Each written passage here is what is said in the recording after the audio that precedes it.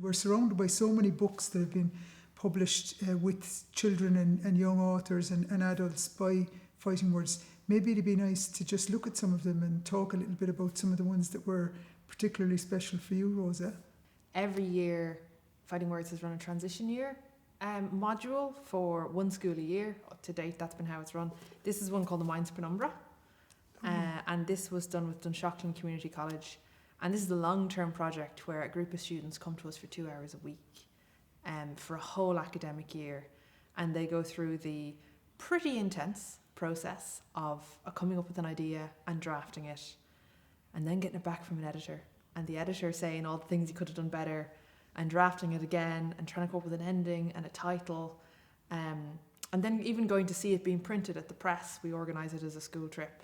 And one project that I'd love to talk a little bit about is the Visions and Revisions publication, which is very interesting because it's a collection of stories that were written by teachers. And while most of the work that Fighting Words does is with children and young people, there are also some book projects with adults. And this was a particularly interesting project because it helped teachers to explore their own creativity and to start writing themselves. And that idea of the creative teacher and teachers exploring their own creativity, of course, is a key dimension to helping them become more creative in their own teaching. This was a project called That's Comical, and this was in collaboration with the National Gallery of Ireland.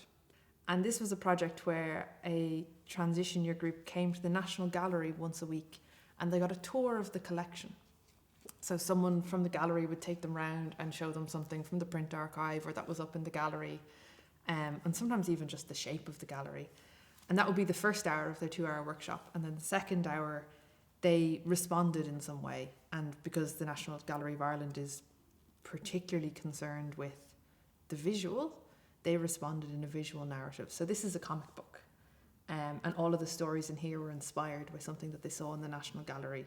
But I want to talk about one of my favourite projects, and it's an annual initiative where Fighting Words, together with the Irish Times, publish New Irish Writing, and it's a collection which many will be familiar with and comes out as a supplement every May. And some fantastic stories and poems come in from all over Ireland. There's international writing here as well. As Gaeilge and in English, a fantastic collection of stories in terms of how young people see the world and the bright future and hope and energy that they bring to the world just shines through in this publication, and it's just something I look forward to every year. And this was To the Future and Back Again, which had a really fabulous cover by Philip Elliott. And this was kind of an experimentation with a cross-curricular project.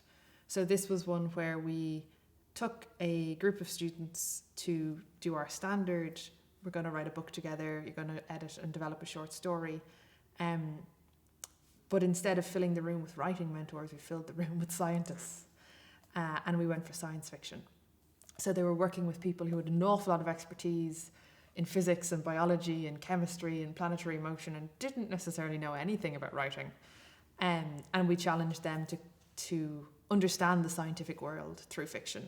But it was just a really interesting way to see how you can take knowledge from one part of the curriculum, and particularly in secondary school, everything's always in boxes. You know, science happens maybe in a different building to art, and to bring it all into the one room and say, well, we're going to steal from science heavily, and then we're going to do whatever we want with it, and turn it into fiction. And there's just some amazing stories in here.